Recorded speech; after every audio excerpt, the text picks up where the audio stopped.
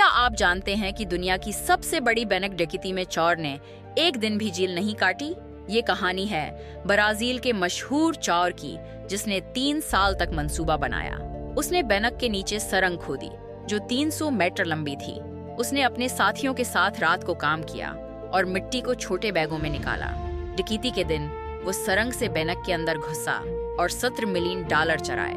Police को पता ही नहीं चला कि पैसे कहाँ गए। चोर ने अपना चेहरा छिपाया और कैमरों से बचा। महीनों बाद जब पुलिस ने उसे पकड़ा तो उसने कहा कि पैसे समंदर में फेंक दिए। अदालत में सबूत नहीं मिले और वो बरी हो गया। आज भी वो पैसे कहीं छिपे हुए हैं।